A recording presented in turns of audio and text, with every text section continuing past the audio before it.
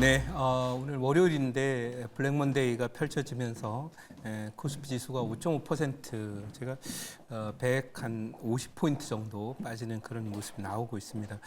지난주에도 한 100포인트가 빠졌으니까 이틀 만에 대략 한 250포인트 정도 지수가 빠져서 이틀 만에 코스피 지수가 한 10% 빠지는 그런 모습을 보이고 있습니다. 역시 지금 여러 가지로 이제 뭐 경기 침체 신호가 뭐 어느 날 갑자기 튀어나왔다라고 이렇게 볼 수도 있겠지만은 글로벌 금융시장 쪽에서 지금까지 계속 이어왔던 어떤 고금리 기조가 소위 정책 전환이 일어나는 그런 가운데 사실은 엔캐리 트레이딩을 하는 일본이 이제 그 금리 인상을 16년 만인가요? 단행을 해서 그동안에 일본이 지속적으로 미국이 긴축하는 동안에도 지속적으로 양적 완화를 단행했는데 그 자금들이 뭐 미국 시장의 채권 시장이나 또는 그 주시장으로 많이 유입이 돼서 버블을 만들었었던 것들이 돌아오는 과정 속에서 지금 엔화 급등과 또 나스닥 증시의 급락 그리고 대만 증시의 폭락 또 일본 증시의 급락 이런 걸로 연결이 되고 있는 그런 모습입니다. 어쨌든 제가 생각할 때는 이게 이제 지난 그 1년 반 동안의 강세장이 정상적인 어떤 경기 호조를 기반으로 한 상승도 아니었고 독과점 기업들이 엔비디아 같은 회사가 이제 새로운 제품을 내놓으면서 독과점 기술 독점을 이용해서 가격을 올리고 또 그것이 이제 다른 그 독과점 기업들 MS라든지 이런 아마존이라든지 이런 구글 같은 회사들의 어떤 제품 가격 인상을 통해서 실적이 좋아지는 것처럼 착시 현상을 보이는 가운데 어쨌든 버블이 좀 만들어졌었다 이렇게 말씀드리고요. 특히 이제 오늘 그 대만 증시나 일본 증시가 7% 정도 전후까지 장중 한때 빠지기도 하는 그런 모습이 결국 이제 버블이 좀 꺼지는 그런 모습이다 이렇게 생각을 할 수 있겠고 대부분의 그 지금 뷰는 경기 침체 신호가 갑자기 나타난 것처럼 이렇게 표현하고 미국의 경기가 둔화되면서 이제 큰 폭의 하락이 나왔다고 했는데 경기 둔화만으로 이 정도로 하락하는 것은 아니고 결국 버블이 터지는 문제하고 또 엔캐리 트레이딩이 일시에 이제 한 5조 달러 정도 되는 자금이 나스닥의 대규모 매그니피센트 7 종목들 매수했다가 차익 실현 나서면서 이런 현상이 크게 벌어지고 있고 주식만의 문제가 아니라 엔화 강세로 또 기조 전환이 일어나면서 수십 년 만에 나오는 일본의 금리 인상이기 때문에 그로 인한 변화가 한 번에 이제 터져버리는 그런 현상들이다 이렇게 생각을 하고 있고요.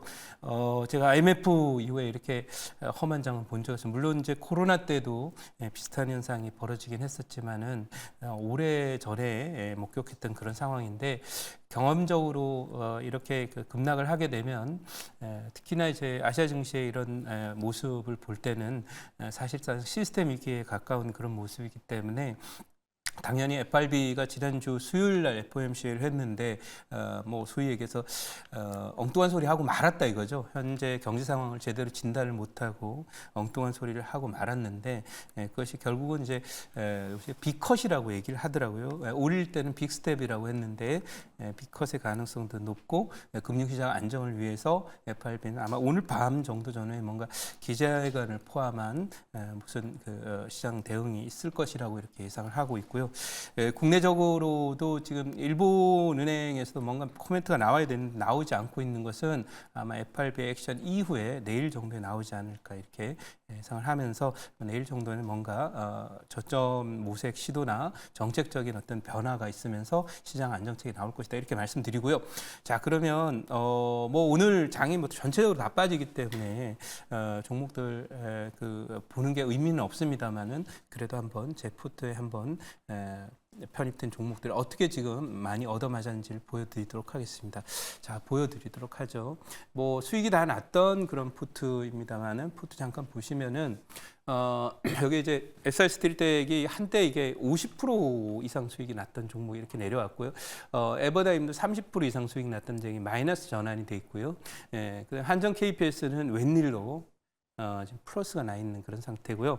제가 이 방어주라고 말씀드리면서 지난주에 농심을 편입을 했는데 편입한 방어주조차 이렇게 빠진다. 그러니까 시장이 전체적으로 시스템 자체가 이렇게 크게 충격이 오게 되는 경우에는 벗어날 종목이 그렇게 많지는 않습니다.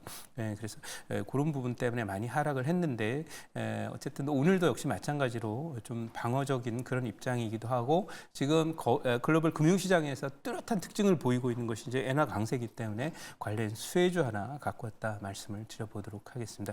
종목 편입 한번 들어가 보도록 할게요. 종목 편입을 일단 가서 또 지수에 대한 얘기 간단하게 좀 한 번 더 차트를 보면서 설명을 합니다. 제가 이 시간을 통해서는 사실 지수 얘기를 거의 하지 않습니다. 왜? 여기는 종목을 이제 여러분께 드리는 그런 방송이기 때문에 지수에 대한 얘기를 가급적 하지 않으려고 노력을 많이 하고 있습니다. 그런데 오늘은 워낙 많이 빠졌기 때문에 다음 기술적인 지선이라든지 이런 부분을 또 챙겨 보고 가야 된다라고 해서 지수 잠깐 보도록 할 거고요. 오늘 이제 편입할 종목 편입을 하겠습니다. 현재까지 27,000원 기록하고 있고요. 종목 이름은 바로 아이패밀리 SC 이 종목입니다. 이 화장품 관련 종목이고요. 27,000원 기록하고 있습니다. 패밀리 SC입니다. 뭐 실적도 좋고요. 일본 시장에 특히 잘하고 있는 그런 회사인데 오늘 제가 오기 전에 이제 종목 흐름을 봤더니 저희 엘컴텍이라고 하는 금을 뭐 몽골에서 개발한다는 그런 종목이 테마주로 오르고 있던데 사실 그 항상 이럴 때만 이제 오르는 종목이긴 합니다.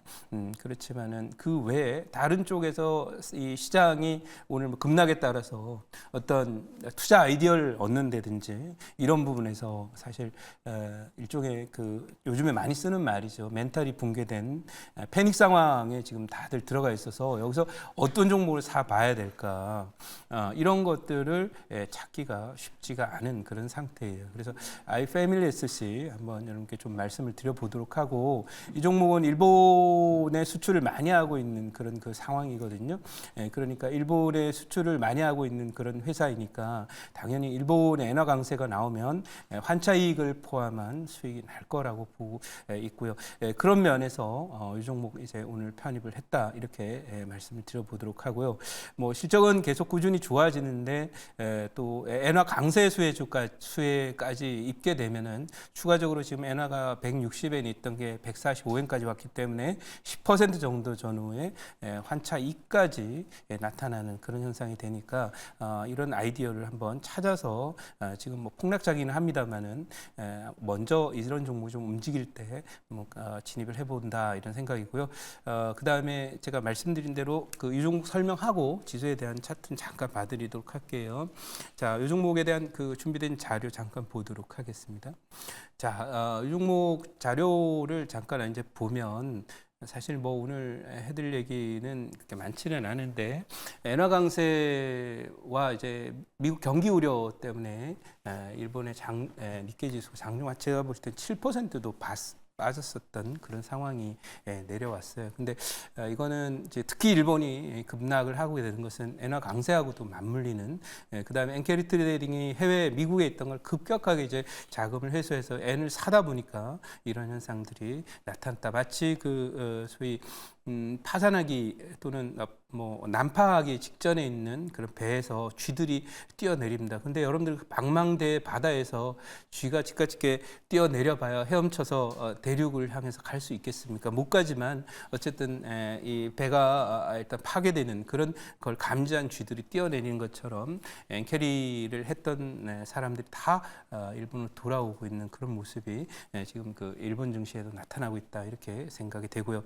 특히 오늘 그 엔캐리 트레이딩에 대해서 주목을 해야 되는 것은 일본의 그 금융사들이 큰 폭의 하락세를 보이고 있습니다. 12%막 이렇게 급락을 하는데 그 종목들이 엄청 큰 종목이다. 과거에 경기 안 좋거나 미국 증시에 빠질 때도 그냥 2, 3% 빠지고 말던 그런 회사들이 오늘 12% 이상 뭐 지난 주말에도 그렇게 빠졌는데 오늘 빠지고 있다는 것은 다이와증권이나 뭐 여러 가지 미시 파이낸셜이나 이런 종목들이 빠지고 있는 것은 바로 엔캐리 트레이딩 돌아오는 과정 속에서 엔캐리를 많이 했던 애들이 손실 우려 때문에 빠지고 있다 이렇게 말씀드리고 다음 장 한번 보도록 할게요.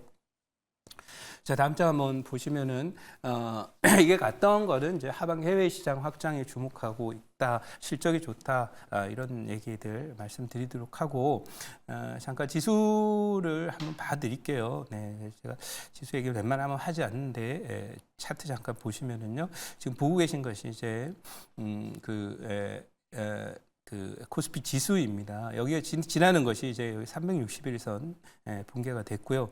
이렇게 되면 이제 지난해 11월에 찍었던 코스피 지수 여기가 이제 전저점 정도로 남게 되는 것이지만은 계단식으로 이렇게 본다면 여기 언저리 2,500이 살짝 깨지는 정도 언저리 수준에서 아마 뭐 급반등이 있을 것으로 이렇게 추정이 되고 있다, 이렇게 말씀드려 보도록 하고요. 그 다음에 이제 일목균형표 주봉상의 모습을 보면 세 번에 걸친 약세 다이버시를 만든 다음에 급락을 했는데 여기 밑에 보시면은 구름대가 쫙 깔려 있는 걸 보이실 거예요. 여기 구름대죠. 터프한 지지선이고요. 뭐 그런 면에서 볼 때 앞으로 더 빠져봐야 2,500선이 살짝 깨지는 정도 이제 급반등이 나올 것이다, 이렇게 말씀을 드려보도록 하고, 월봉 한번 보면은 월봉으로 봤을 때는 이제 결국 여기 이 구름대 상향 돌파에 실패한 그런 상황이지만은 구름대 안으로 다시 진입을 했다, 이렇게 보시니까 제가 이제 하반기에는 지수가 박스권이다라고 말씀을 계속 드려왔는데 이런 박스권의 연장선상에서 박스권 하단을 터치하려는 그런 모습이기 때문에 2,500 지선, 2,700에서 2,800 정도, 750 정도 정도 박스권 상단 이러면서 계속해서 혼조 등락을 보이면서 아마 내년까지 이어질 것이다, 이렇게 말씀드리겠습니다. 자, 그러면 질문 받아보고 아이패밀리 SC에 대한 가격 전략 말씀드리도록 하겠습니다. 네, 제가 질문을 해보도록 할게요. 아이패밀리 화장품 종목인데요. 네. 뭐 이제 오늘 지수가 급락해가지고 화장품뿐만 아니라 다른 종목 섹터 다 빠지고 있는데 네. 화장품 종목은 최근에 이제 미국의 경기 침체 우려감으로 네. 상반기 때 미국 시장에 대한 점유율 확대하면서 화장품 종목들이 많이 네. 올랐어요. 그래서 미국 경기 침체가 이제 소식이 잦아드는 그런 게 좀 나와져야 되는데 향후 미국 경제 어떤 침체가 네. 어떻게 미국 금융당국자들이 대응을 할까? 네. 이거 좀 이야기 좀 해주세요. 좋은 포인트를 말씀해 주셨다라고 생각하고, 사실 제가 오늘 아이패밀리를 갖고 오면 화장품이라고 갖고 온 거는 아니고 이제 엔화강세수 위주로 갖고 왔습니다. 엔화강세는 앞으로도 제가 보면 엔캐리트리가 수십 년간 해외로 나갔던 엔화들이 돌아오는 과정이기 때문에 엔화강세는 앞으로도 상당 기간 지속될 것이다, 이렇게 말씀드리고, 미국의 이제 경기 부분에 대한 진단은 사실 실업률이 좀 올라간 그런 데이터하고 ISM 제조업 지수라든지 또 PMI 지수들이 좋지 않은 것은 50 밑에 있기 때문에 이미 두세 달 전에 이미 이런 신호는 나왔었습니다. 근데 포인트는 지금 파월 의장이나 이런 사람들이 선거 때까지 뭔가 이 정책적인 스탠스를 취하지 않으려고 지난 주말에도 좀 다소 엉뚱한 얘기를 했고, 소위 FRB는 정책 당국자니까 좀 선제적으로 대응을 해야 되는데 계속 그 데이터가 나오면 하겠다는 것이 선거적인 전략 때문에 타이밍을 미뤘다, 이렇게 저는 봅니다. 그러나 이번에 주가 급락이나 증시 급락으로 인해서 FRB는 아마 오늘 밤이나 내일 정도에는 반드시 입장 변화, 어쨌든 B컷이라고 그러죠. 0.5% 이상의 금리 인하를 단행하는 그런 정도의 어떤 뉘앙스로 조만간에 긴급 FOMC 회의가 열리지 않을까, 이렇게 기대를 해본다라고 말씀드리고, 그것이 경기 둔화의 어떤 속도는 낮출 것이다, 이런 정도로 말씀드려보도록 하고요. 목표치 말씀드리면 1차 타겟 목표치는 32,000원, 2차 목표치는 42,000원, 손절 라인은 23,000원으로 대응하도록 하겠습니다.